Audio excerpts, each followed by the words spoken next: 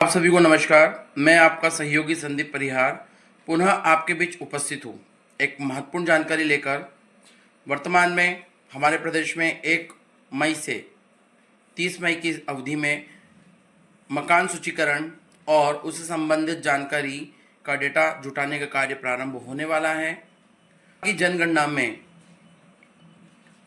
स्वगणना जैसी सुविधा भी दी गई है, अर्थात व्यक्ति चाहे तो अपने घर बैठे अपने मोबाइल फ़ोन, लैपटॉप या डेस्कटॉप के माध्यम से भी अपने मकान की स्वगणना कर सकता है।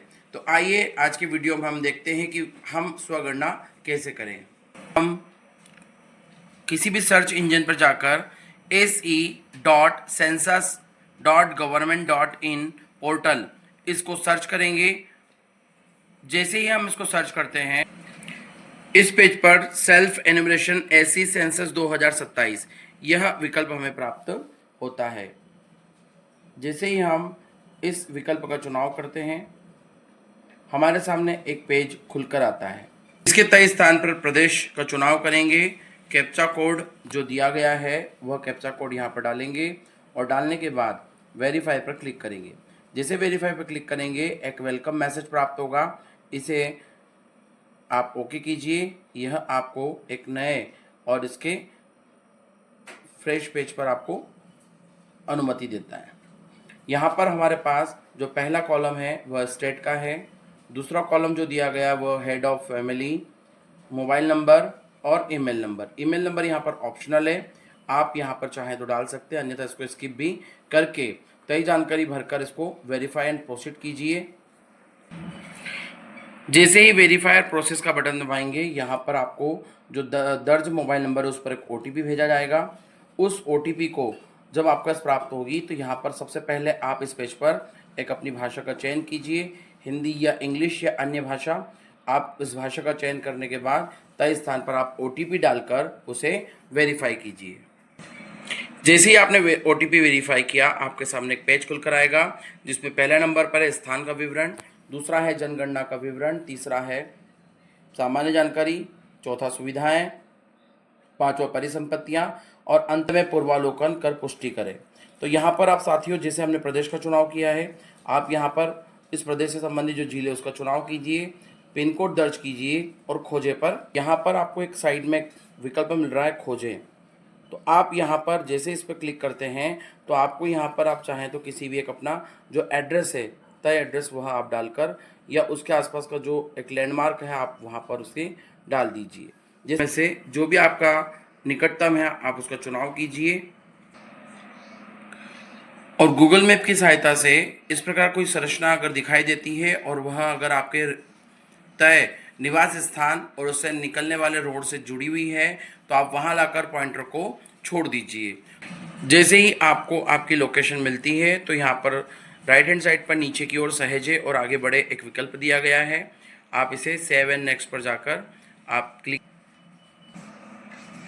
क्लिक करने के बाद आपके सामने एक दूसरा विकल्प ओपन हो जाएगा जिसमें जनगणना मकान का विवरण दिया गया है। इस विवरण में हम देखते हैं, सबसे पहला प्रश्न है जनगणना मकान के फर्श में प्रयुक्त सामग्री। तो जो यहाँ पर तय की गई सामग्री है उनमें से जो आपके यहाँ प्रयोग की गई है आप उसका चुनाव कीजिए। उस विकल्प का चुनने के बाद दूसरा प्रश्न आता है जनगणना मकान के दीवार में प्रयुक्त प्रमुख सामग्री। यह भी सामग्री जो तय है उनमें से आप लिखिए, यदि मेल नहीं खाती है तो यहाँ पर अंत में अन्य कोई विकल्प दिया गया है। तीसरा प्रश्न जनगणना मकान के छत में प्रयुक्त सामग्री। आपकी छत घास फूस, प्लास्टिक, पॉलीथीन, हस्त निर्मित टाइल्स, मशीन द्वारा निर्मित टाइल्स, पक्की ईंट, पत्थर आदि जो भी यहाँ पर लागू होता है वह आप दर्ज कीजिए।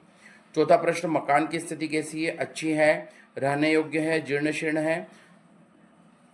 तय विकल्प का चुनाव करके पुनः आप इस कॉर्नर पर दिए गए सहेजे और आगे बढ़े विकल्प का चुनाव कीजिए। जैसे आप सारे विकल्पों का चुनाव कर लेंगे तो यह ब्लू कलर का हो जाएगा।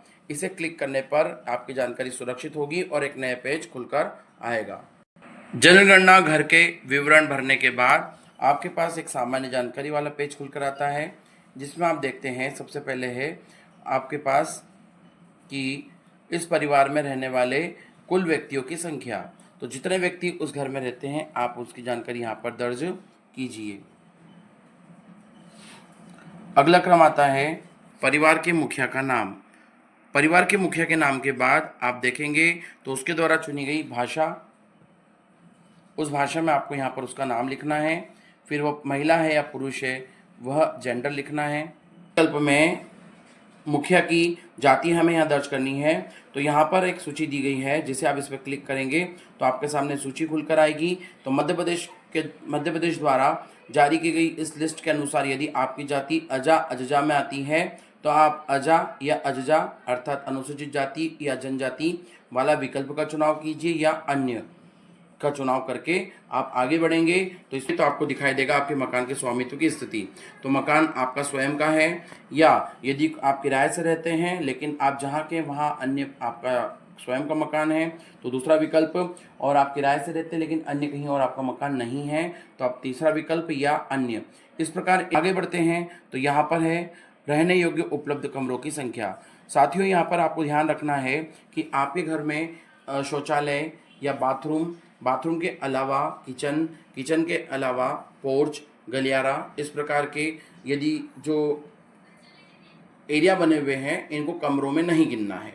और अंतिम इस पेज का प्रश्न है इस परिवार में रहने वाले दंपतियों की संख्या। जैसे सारे पूर्ण कर लेंगे तो फिर सहजे और आगे बढ़े पर आप क्लिक कीजिए, आपकी जानकारी सेव होकर अगले पेज पर आप पहुंच पाएंगे। जैसे ही तीसरे पेज की जानकारी पूर्ण होती है चौथा पेज खुलकर आएगा, जिसमें आपको सुविधाओं से संबंधित जानकारी पूछी जाएगी। जैसे पहला है परिवार के लिए सुविधाओं की उपलब्धता। पेयजल का मुख्य स्रोत क्या है? तो आपका पेयजल जिस भी माध्यम से आता है आप उसका चुनाव कीजिए। पेयजल के चुनाव के बाद अगला आता है पेयजल की उपलब्धता। पेयजल आपके परिसर में उपलब्ध है या वहाँ से दूर है। तो पेयजल अगर शहरी क्षेत्र है तो उसके लिए 100 मीटर का दायरा दिया हुआ है और ग्रामीण क्षेत्रों के लिए 500 मीटर का दायरा है। तो इस विकल्प का आप चुनाव करते हुए आगे बढ़ेंगे। अगले प्रश्नों में हम देखते हैं तो यहाँ पर आता है प्रकाश का मुख्य स्रोत। तो मुख्य स्रोत से संबंधित यहाँ पर कई विकल्प दिए गए हैं, तो आप इनमें से जो भी विकल्प लागू होता है आप उसका चुनाव कीजिए। यदि आप सौर ऊर्जा का इस्तेमाल भी करते हैं लेकिन सौर ऊर्जा के साथ साथ यदि आपका बिजली का कनेक्शन है तो आप बिजली का चुनाव कीजिए, क्योंकि अधिकांशतः विद्युत बिजली पर ही हम निर्भर होते हैं। अगला प्रश्न है शौचालय की सुलभता। तो सुलभता में यदि शौचालय सुलभ है तो केवल परिवार के लिए या किसी अन्य परिवार के साथ साझा के तौर पर या सार्वजनिक शौचालय। तो जो भी इस पर विकल्प लागू होता है आप उसका चयन कीजिए। तत्पश्चात आप अगले प्रश्न की ओर जाएंगे। अगले प्रश्न में हम जाते हैं तो यहाँ पर वो पूछता है शौचालय का प्रकार। शौचालय किस प्रकार का है? तो शौचालय आपका फ्लश पोर शौचालय से जुड़ा हुआ है, जैसे पाइप सीवर पद्धति से जुड़ा हुआ है, सेप्टिक टैंक से है या अन्य कोई प्रोसेस है। साथ ही इसमें कुछ ऐसी जगह शौचालय भी मिल सकते हैं जहाँ 2 गड्ढे वाला शौचालय, एकल गड्ढे वाला शौचालय और सर्विस शौचालय, मानव मलमूत्र हटाने के लिए खुली नालियों का उपयोग। तो जो भी यहाँ पर लागू होता है आप उसका चुनाव कीजिए। अगले प्रश्नों की ओर जाते हैं तो गंदे पानी की निकासी से संबंधित प्रश्न पूछा जाएगा कि आपके घर में जो गंदा पानी है शौचालय के पानी को छोड़कर तो वह किस माध्यम से बाहर जा रहा है, ढकी नालियों की सहायता से या खुली नालियों की सहायता से या किसी भी नाली से नहीं। अगला प्रश्न है परिसर के अंदर स्नान गृह की उपलब्धता है या नहीं। तो जो भी विकल्प लागू होता है आप उसका चुनाव कीजिए। रसोई घर और एलपीजी से संबंधित प्रश्न कि आप रसोई घर में खाना बनाते हैं, यानी आपके घर में रसोई घर है और वहीं आप भोजन बनाते हैं, तो क्या एलपीजी उपलब्ध है या नहीं है। और दूसरा है कि घर के भीतर खाना तो बनता है लेकिन रसोई घर नहीं है। अगला है खुले में अर्थात घर के बाहर भोजन बनाते हैं, एलपीजी कनेक्शन है या नहीं। और अंतिम में खाना नहीं पकाते हैं। अगला है खाना पकाने के लिए प्रमुख ईंधन क्या है। तो खाना पकाने के लिए आपके पास क्या ईंधन की उपलब्धता है। तो ध्यान रखना है कि वर्ष भर आप अधिकांशतः कौन सा ईंधन इस्तेमाल करते हैं उसका चुनाव कीजिए। जैसे इन सभी प्रश्नों को आप पूरा कर लेंगे फिर वापस यहाँ पर एक ब्लू आइकॉन है, जो ब्लू आइकॉन आपका खुल जाएगा और आप यहाँ पर सेव एंड नेक्स्ट अर्थात सहेजे और आगे बढ़े पर जाएंगे तो आपकी जानकारी सुरक्षित हो जाएगी। जैसे ही चौथा प्रश्न सेव एंड नेक्स्ट करेंगे तो अंतिम और 5वें प्रश्न खुलता है जिसमें परिसंपत्तियों से संबंधित जानकारी रहती है कि परिवार द्वारा धारित संपत्तियों की जानकारी क्या है। जैसे पहला प्रश्न है रेडियो ट्रांजिस्टर, इसका मतलब है कि उसका रेडियो ट्रांजिस्टर उपलब्ध है या नहीं है। यदि परंपरागत रेडियो ट्रांजिस्टर है तो वह लिखेंगे, या ट्रांजिस्टर नहीं है लेकिन वो स्मार्टफोन मोबाइल के माध्यम से सुनता है रेडियो से संबंधित जानकारी, तो हम इस विकल्प का चुनाव करेंगे, या अन्य किसी उपकरण पर यह उपलब्ध नहीं है तो नहीं। इस प्रकार हम आगे बढ़ते हुए अगले प्रश्न पर जाएंगे जो टेलीविज़न से संबंधित है, कि उस घर में या आपके घर में टेलीविज़न उपलब्ध है या नहीं है। यदि है तो दूरदर्शन, मुफ्त डिश या अन्य डीटीएच या अन्य जो भी जानकारी है वह यहाँ पर उपलब्ध है, केबल कनेक्शन या अन्य कोई या नहीं। अगले प्रश्नों के देखते हैं, तो इसमें है इंटरनेट की सुविधा। इंटरनेट की सुविधा है तो हाँ, हाँ है तो 3 है, लैपटॉप कंप्यूटर में, स्मार्टफोन मोबाइल में या किसी अन्य उपकरण में, या नहीं है तो नहीं का चुनाव हम करेंगे। लैपटॉप या कंप्यूटर आपके पास उपलब्ध है तो हाँ, अन्यथा नहीं।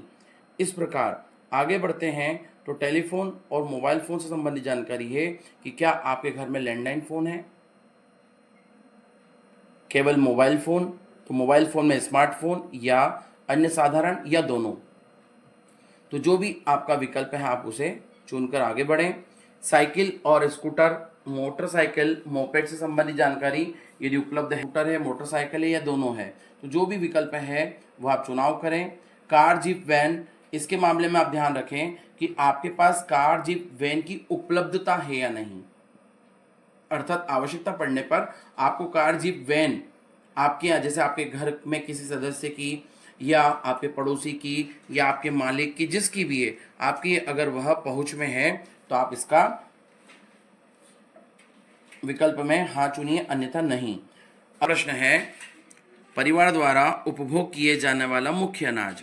तो परिवार द्वारा उपभोग किए जाने वाला मुख्य अनाज से तात्पर्य कि पूरे वर्ष भर वह अधिकतम कौन सा अनाज उपयोग करता है, आप उसका चुनाव कीजिए। और अंत में यहाँ पर आता है मोबाइल नंबर। तो मोबाइल नंबर यहाँ पर केवल और केवल जनगणना से संबंधित जानकारी से तक ही सीमित रहेगा, अतः आप यहाँ पर नंबर दे भी सकते हैं या नहीं भी दे सकते हैं। और अंत में सेव एंड नेक्स्ट पर जाकर आपको क्लिक करना है, तो आपकी जानकारी आगे बढ़ जाएगी। आप देख रहे होंगे कि इसके मुख्य पृष्ठ के जो 6 बिंदु है सभी नीले रंग में परिवर्तित हो गए, अर्थात आपकी सारी जानकारी यहाँ पर भरी जा चुकी है। में फाइनल सबमिट अर्थात पूर्वावलोकन वाली चीज़ें आपके पास उपलब्ध है। यदि आप दोबारा जानकारी को देखना चाहें तो देखकर उसे अंत में जाकर सेव कर दीजिए। जैसे ही आप पुष्टि करें और सबमिट करें विकल्प का चुनाव करेंगे, तो आपके पास एक कन्फर्मेशन पुनः पूछा जाएगा। आप ओके करते हैं तो यदि आपने ईमेल आईडी दर्ज की है तो ईमेल आईडी पर, और साथ ही साथ मैसेज के माध्यम से आपको एक अंक प्रदान किया जाएगा। उस अंक को आप संभाल कर रखें, और हमारे प्रगणक जब आपके घर पर उपस्थित होंगे क्रॉस चेक करने, तब आप उन्हें उपलब्ध कराइए ताकि आपकी जानकारी सत्यापित होकर वह आयोग के पास पहुंच सके। आशा करता हूं कि आपको ये जानकारी स्पष्ट हो रही होगी और आपके लिए उपयोगी भी साबित होगी। अतः मेरे चैनल पर आप बने रहें। यदि आपने सब्सक्राइब नहीं किया तो सब्सक्राइब कीजिए और इसे शेयर कीजिए ताकि यह महत्वपूर्ण जानकारी अधिक से अधिक लोगों तक पहुंच सके और वो इसका लाभ ले सके।